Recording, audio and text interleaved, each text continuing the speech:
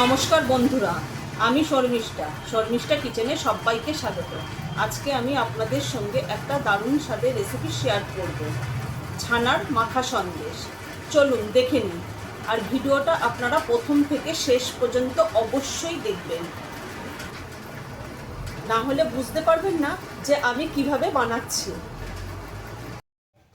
এখানে আমি 1 litre full cream দুধ নিয়ে নিয়েছি। দুধটাকে আমি ভিনিগার দিয়ে কাটিয়ে নিয়ে জলটাকে ঝরিয়ে নিয়েছি।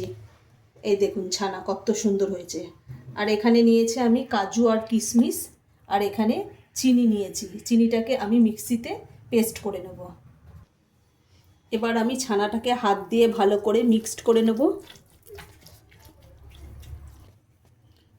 আমি ছানাটাকে হাত দিয়ে ভালো করে মেখে নিয়েছি, আর এখানে আমি চিনিটাকে গুঁড়ো করে নিয়েছি। এখানে আপনারা যে যেরকম মিষ্টি খেতে পছন্দ করেন সেরকম দেবেন। আমি এখানে পুরো বাটি 1 বাটি দিচ্ছি না, অল্প একটু রেখে দেবো, যদি দরকার হয় আবার দিয়ে দেবো। এবার আমি চিনিটা এর মধ্যে মিক্সড করে নেব।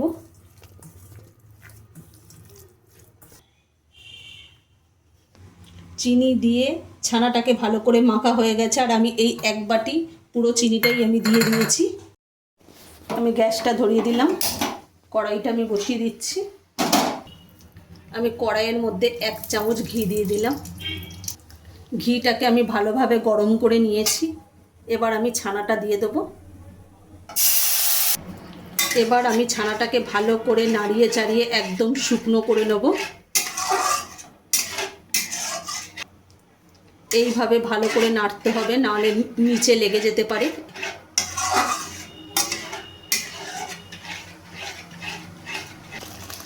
ওপর থেকে আমি একটু এলাচ গুঁড়ো দিয়ে দেবো। আমি এখানে কাজু আর কিশমিশটা দিয়ে দেবো। আমি জলটাকে একেবারে শুকিয়ে নিয়েছি, দেখুন এভাবে নেড়ে ছেড়ে একবারে।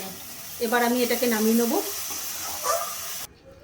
আমাদের মাখা সন্দেশ একেবারে রেডি। আপনারা এইভাবেই ঘরোয়া উপকরণ দিয়ে সহজেই তৈরি করে নিতে পারেন মাখা সন্দেশ। আচ্ছা, যদি আপনাদের এই মাখা সন্দেশের রেসিপিটা যদি ভালো লেগে থাকে তাহলে লাইক, কমেন্ট, শেয়ার এবং সাবস্ক্রাইব করতে ভুলবেন না। আর অবশ্যই এভাবে বাড়িতে বানিয়ে খেয়ে দেখবেন।